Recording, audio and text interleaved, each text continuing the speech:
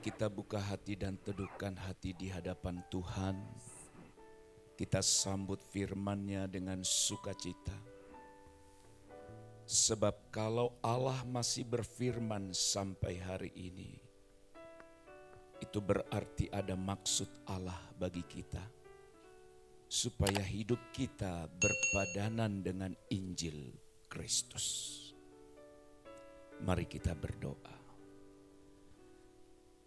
Bapa kami yang di sorga, kami sungguh bersyukur ya Tuhan kalau hari ini Engkau masih berkenan atas kami.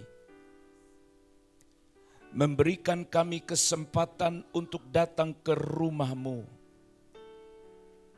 Merendahkan hati untuk memuji dan memuliakan Engkau ya Tuhan. Beribadah adalah kehendak-Mu dalam hidup kami. Kami sudah memuji Engkau. Saatnya kami membuka hati dan percaya akan firman Allah. Yang sebentar disampaikan oleh hamba-Mu di tengah-tengah umat-Mu. Jamalah setiap hati kami ya Tuhan. Supaya hati kami menjadi tanah yang subur bagi benih firman-Mu. Urapilah hamba-Mu yang menaburkan benih firman itu. Diberikan hikmat dan pewahyuan dari Allah. Sehingga setiap perkataan yang terucap dari bibir lidah hamba-Mu adalah kata-kata yang Tuhan kehendaki. Terpujilah Engkau Bapa dalam nama Tuhan Yesus Kristus. Kami sudah berdoa mengucap syukur, kami sambut firman-Mu. Haleluya. Amin. Amin. Silakan duduk Bapak Ibu. Kita sudah berada di minggu keempat atau minggu yang terakhir pada bulan yang ke-8 ini. Saudara-saudaraku sekalian, membangun relasi yang sehat dengan sesama, itulah fokus kita sepanjang bulan ini. Maka pada minggu yang terakhir ini, firman Tuhan untuk mengakhiri pembahasan kita mengenai relasi yang sehat dengan sesama. Firman hari ini berjudul hidup yang menjadi berkat. Pembacaan firman Tuhan dari kitab Matius pasal yang ke-5, ayat yang ke-13 sampai ayat yang ke-16. Matius pasal yang ke-5 ayat 13 sampai ayat yang ke-16, demikianlah firman Tuhan. Kamu adalah garam dunia. Jika garam itu menjadi tawar,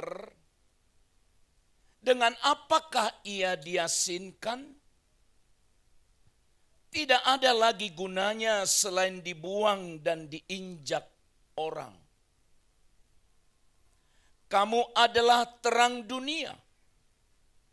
Kota yang terletak di atas gunung tidak mungkin tersembunyi. Lagi pula orang tidak menyalakan pelita lalu meletakkannya di bawah gantang, melainkan di atas kaki dian, sehingga menerangi semua orang dalam rumah itu. Demikianlah hendaknya terangmu bercahaya di depan orang, supaya mereka melihat perbuatanmu yang baik dan memuliakan Bapamu yang di sorga. Saya ulang sekali lagi ayat yang ke-16.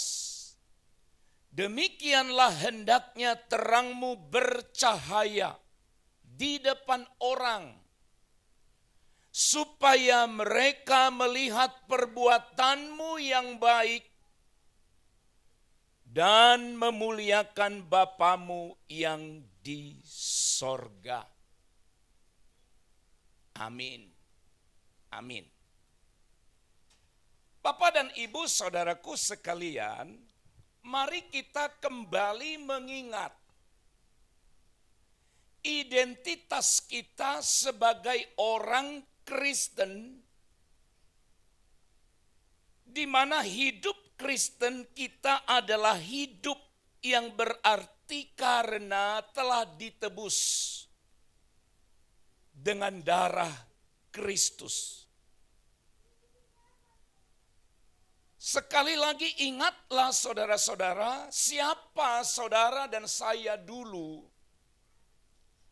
Alkitab berkata kita sebelumnya adalah seteru, musuh. Musuh dari salib Kristus. Kenapa saudara-saudara? Karena dosa yang kita lakukan. Tetapi oleh karena kematian Kristus, hidup kita ditebus. Hidup kita ditebus bertujuan untuk menjadi sarana, menjadi alat untuk menjangkau orang yang belum mengenal Kristus,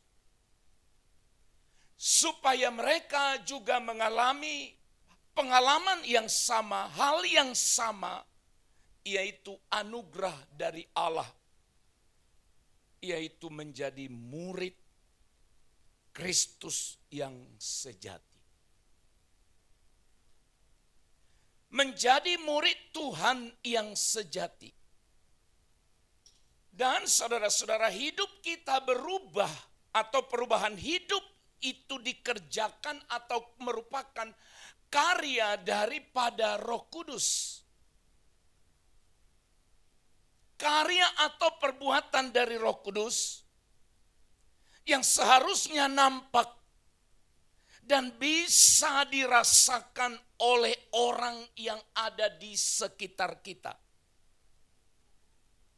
Sekali lagi tidak berlebihan, inilah goal, inilah tujuan sesungguhnya. Hidup orang percaya yang sudah ditebus oleh darah Yesus.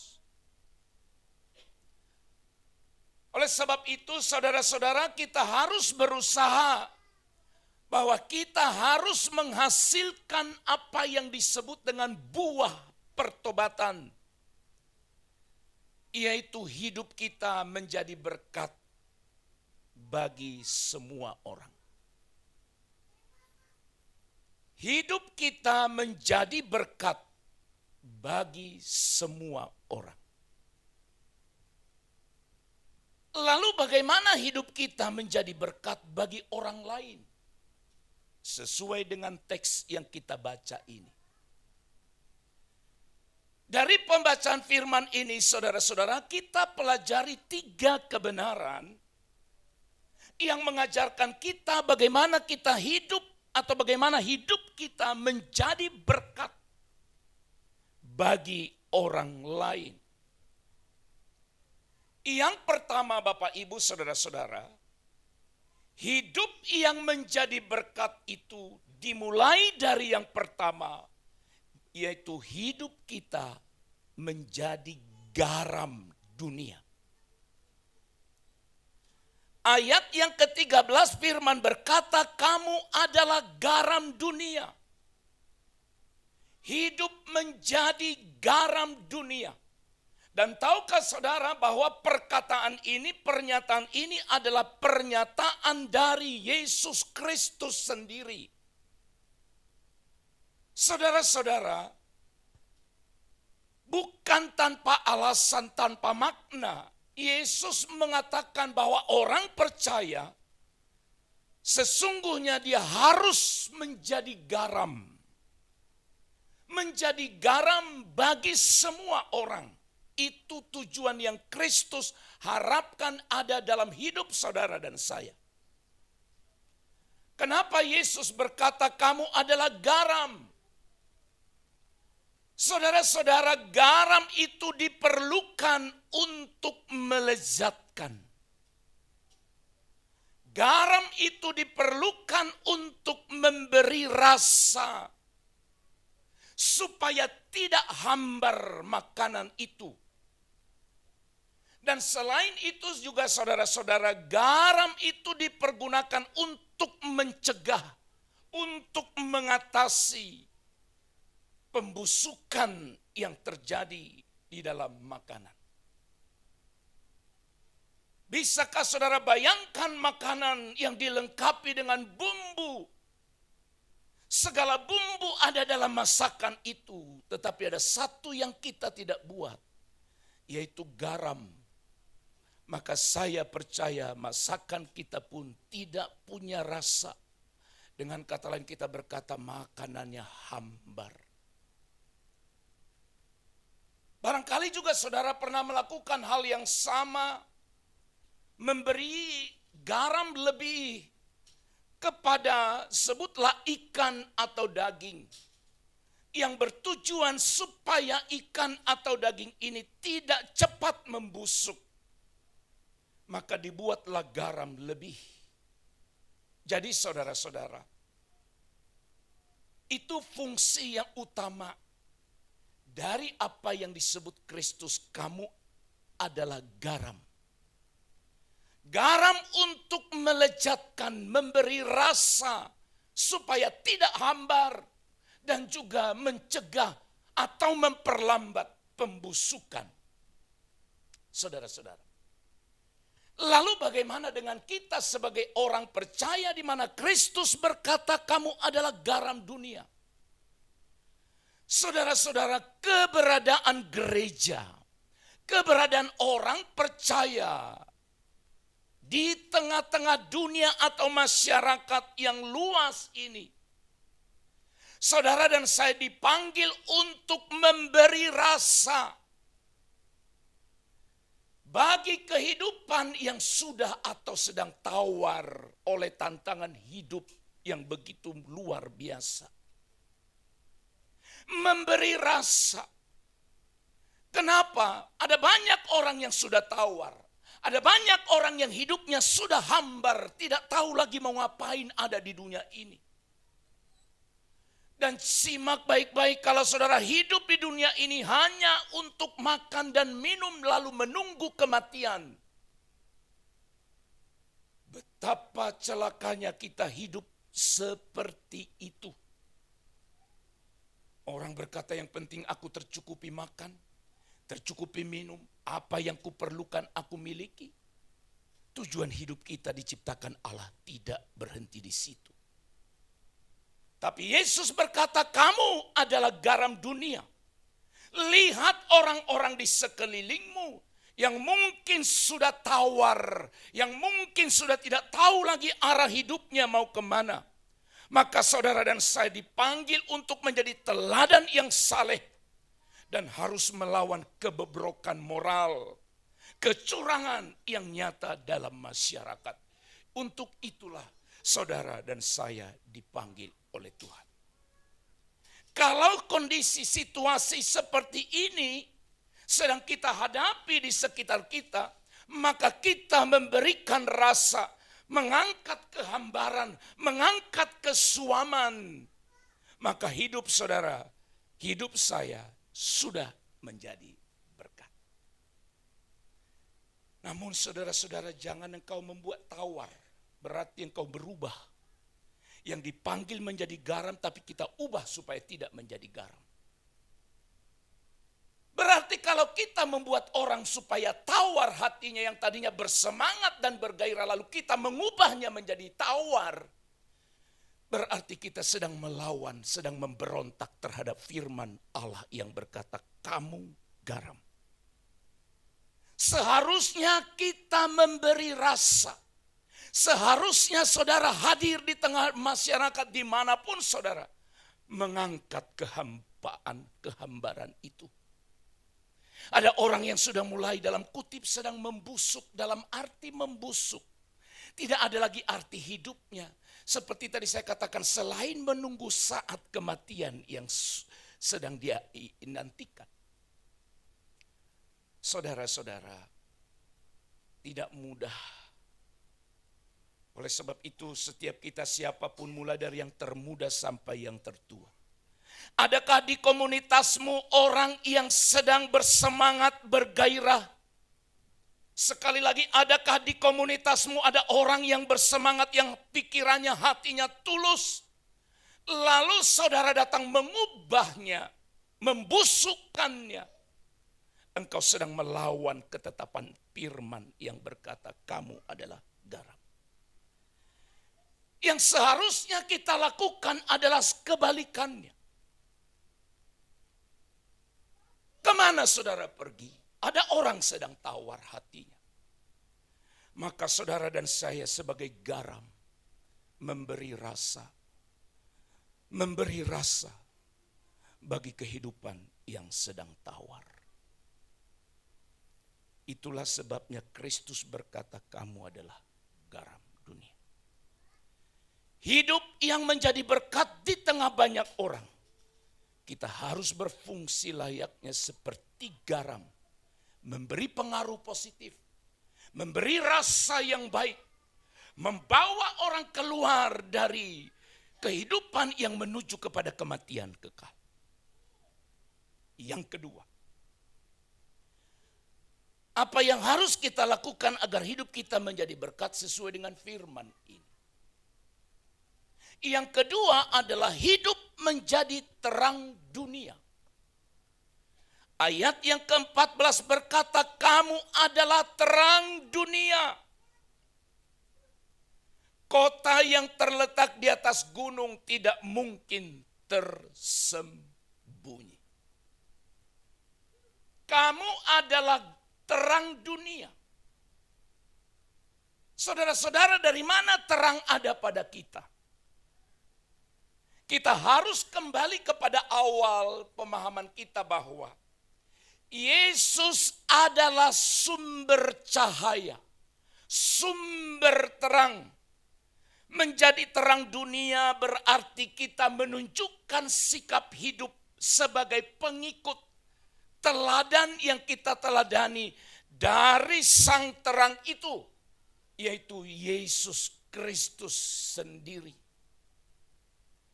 Mungkin saudara pernah mendengarkan seorang tokoh yang bernama Mahatma Gandhi. Dia berkata bahwa dia sangat tertarik dengan Injil. Sangat senang dia dengan ajaran-ajaran Kristus. Tapi dia tidak pernah menjadi orang Kristen. Oleh karena alasannya, dia berkata bahwa gaya hidup pengikut Kristus berbeda jauh dari apa yang Kristus lakukan. Mahatma Gandhi ini tertarik, mengidolakan atau senang dengan pribadi Kristus. Hampir saja dia mau percaya, tapi dia berhenti.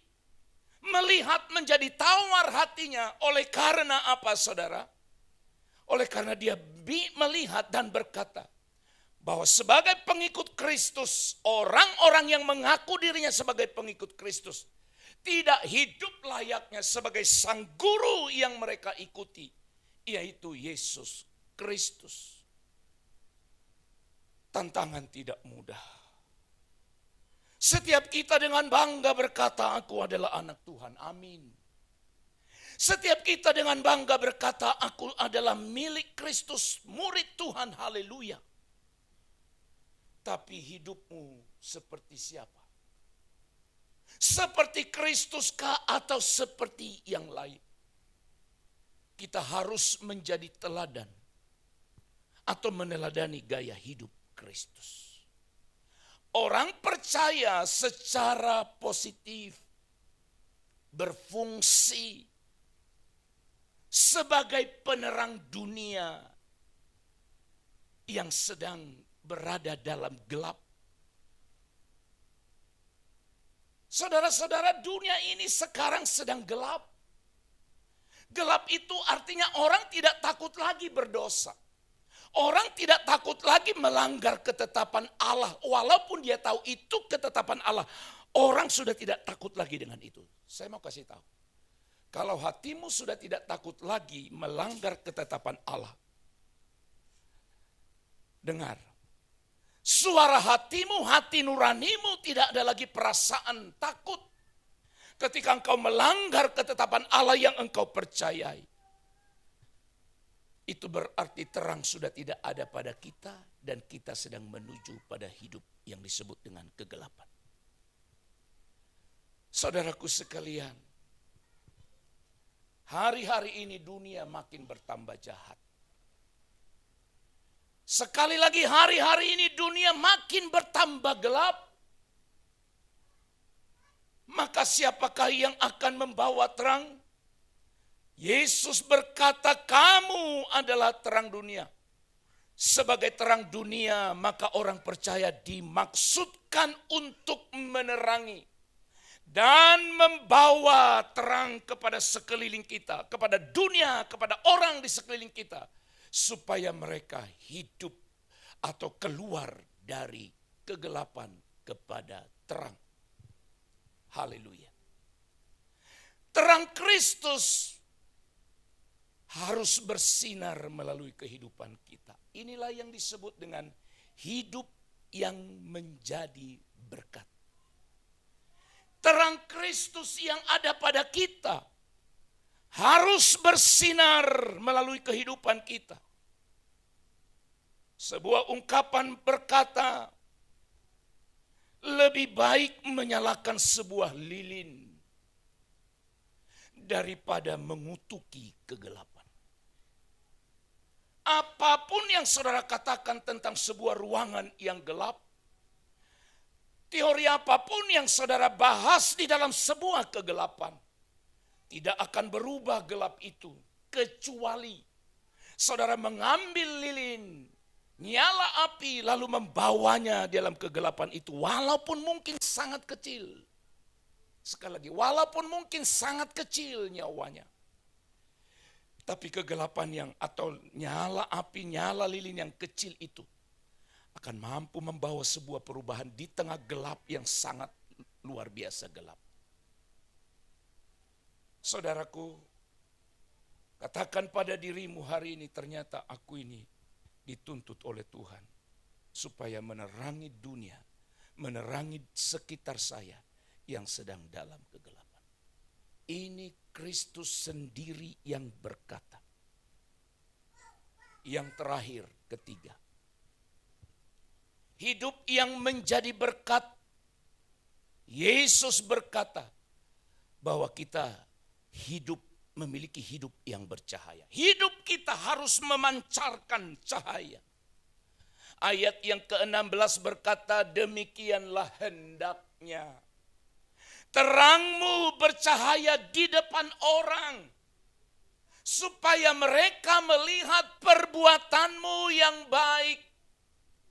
Dan perbuatan kita yang baik itu bukan supaya kita dipuji, dikagumi orang. Tapi Yesus berkata, dengan melihat perbuatanmu yang baik itu, maka mereka akan memuliakan Bapamu yang di sorga. Haleluya. Saudara-saudaraku yang terkasih, apa yang dimaksud dengan hidup yang bercahaya? Hidup yang bercahaya adalah hidup yang berfungsi, berguna sebagai pembimbing dan menuntun orang yang tersesat.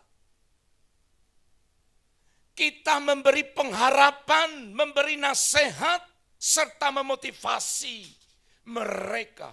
Dengan kata lain, saudara-saudara, hidup yang bercahaya adalah hidup kita berguna bagi orang lain. Ada banyak orang di sekitar kita yang merasa dirinya tidak berharga lagi. Mereka penuh dengan kebencian, stres.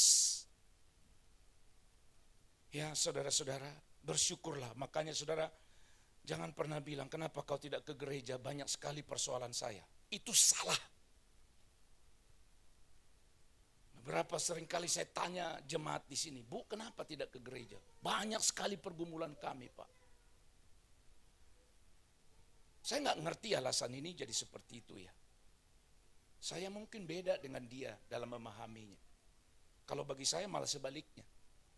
Semakin banyak masalah, semakin banyak pergumulan. Harusnya membuat aku semakin dekat mencari dia dengan sungguh-sungguh. Karena aku sadar aku tidak bisa dengan kekuatanku sendiri. Saudara, ini peran, ini tugas kita. Hendaknya terang kita bercahaya. Adakah orang di sekitarmu atau tetanggamu atau rekan kerjamu yang sedang tawar hari-hari ini? Yang sedang stres tidak bisa menerima dirinya apa adanya. Yang sedang ada dalam akar pahit kebencian yang mendalam dan itu diceritakannya kepadamu. Lalu apa jawab? Saudaraku yang kekasih di dalam Kristus.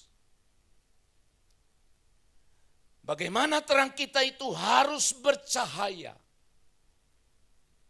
Yaitu dengan melakukan perbuatan-perbuatan baik yang dapat dilihat dan diakui orang.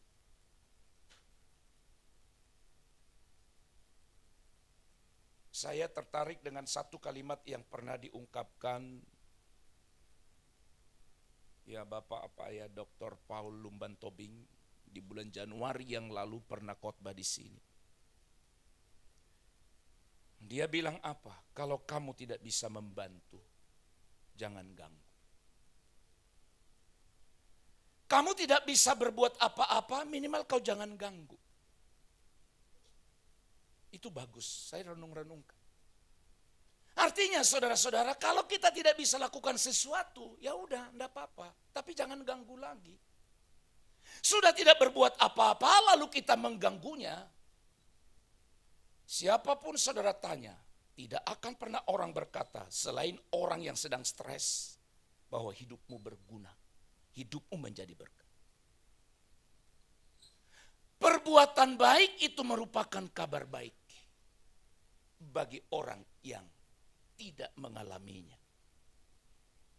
Oleh sebab itu saudaraku sekalian, perbuatan baik apa yang harus kita lakukan? Tadi firman itu berkata di ayat yang ke-16 bagian terakhir. Perbuatanmu yang baik artinya yang tidak menyakiti orang. Engkau tidak bisa bantu keluargamu, gak usah usil sama dia. Engkau tidak bisa bantu tetanggamu yang mungkin sedang mengalami tekanan. Tidak usah ganggu dia, engkau tidak bisa bantu. Saudara-saudara, saya percaya hidup kita masih bisa berbuat sesuatu yang berguna bagi siapapun. Engkau tidak bisa berbuat dalam bentuk material. Saya yakin masih bisa kita lakukan, minimal kita mendoakannya. Untuk tujuan apa saudara dan saya harus bercahaya? Alkitab berkata supaya orang-orang yang melihat perbuatan kita itu. Bukan supaya memuji kita. Tapi dengan melihat perbuatan yang baik yang kita lakukan, Alkitab berkata, mereka memuliakan Bapamu yang di sorga. Mereka berbalik kepada Kristus. Jadi tugas kita sebenarnya adalah membawa orang kepada Kristus, bukan menjauhkan orang dari Kristus. Dengar, tugas orang percaya adalah membawa orang keluar dari kegelapan kepada terang mengenal Kristus. Jangan sebaliknya. Jangan engkau angkat orang, menyuruh orang keluar dari terang untuk masuk ke dalam kegelapan. Kalau itu yang kita lakukan, maka hukuman dari Allah. Alkitab berkata kalau orang-orang yang seperti itu, orang-orang yang tidak menghasilkan sesuatu, Alkitab berkata apa? Lebih bagus orang itu diikat lehernya dengan batu kilangan lalu dicampakkan ke dalam lautan sana. Saudaraku sekalian, saya tidak tahu berapa lama lagi saudara dan saya hidup di dunia ini. Oke? tidak tahu, tidak seorang pun, berapa lama lagi. Kita tidak tahu berapa lama lagi kita ada di dunia ini, Pak, Bu. Kalau kita tidak tahu, kita berkata hari ini, Tuhan, sebelum Engkau memanggil aku pulang, hidupku mau menjadi berkat bagi banyak orang. Oleh sebab itu, saudaraku yang kekasih dalam Kristus, hari ini kita dipanggil untuk memiliki hidup. Dan hidup itu bukan sekedar hidup, tapi hidup yang menjadi berkat. Bagaimanakah hidup yang menjadi berkat itu? 3 kebenaran ini kiranya menguasai hati dan pikiran kita dan menerimanya dengan sukacita hari ini di hadapan Allah. Yang pertama, jadilah garam di tengah-tengah dunia ini. Menjadi garam. Dan yang kedua, hidup menjadi terang dunia. Dan yang terakhir, hidup yang bercahaya. Saudara, siapapun kita, bukan yang tua yang dipanggil untuk tugas ini.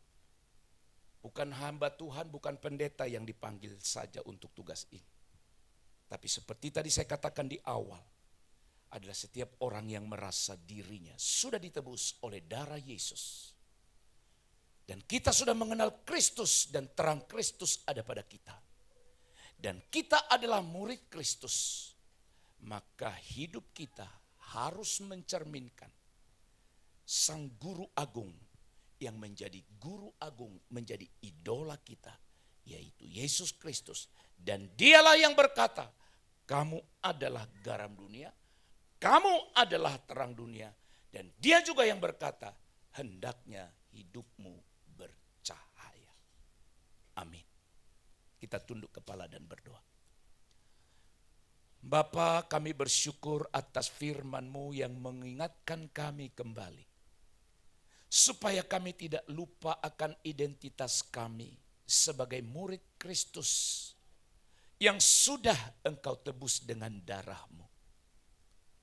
Engkau memanggil kami supaya hidup kami menjadi berkat. Di tengah-tengah dunia, kami dapat memberi pengaruh yang baik seperti garam, memberi rasa, memperlambat pembusukan. Juga Engkau tahu Tuhan, bahwa dunia ini sedang berada dalam kegelapan. Dan Engkau menempatkan kami anak-anak-Mu, supaya hidup kami mampu menerangi mereka. Dan biarlah kami juga mampu berbuat baik, perbuatan-perbuatan yang baik yang kami lakukan sebagai bentuk terang yang bercahaya, yang akhirnya memuliakan Bapa di sorga. Roh Kudus tolong kami, agar hidup kami menjadi berkat. Dalam nama Tuhan Yesus kami berdoa. Haleluya. Amin. Amin.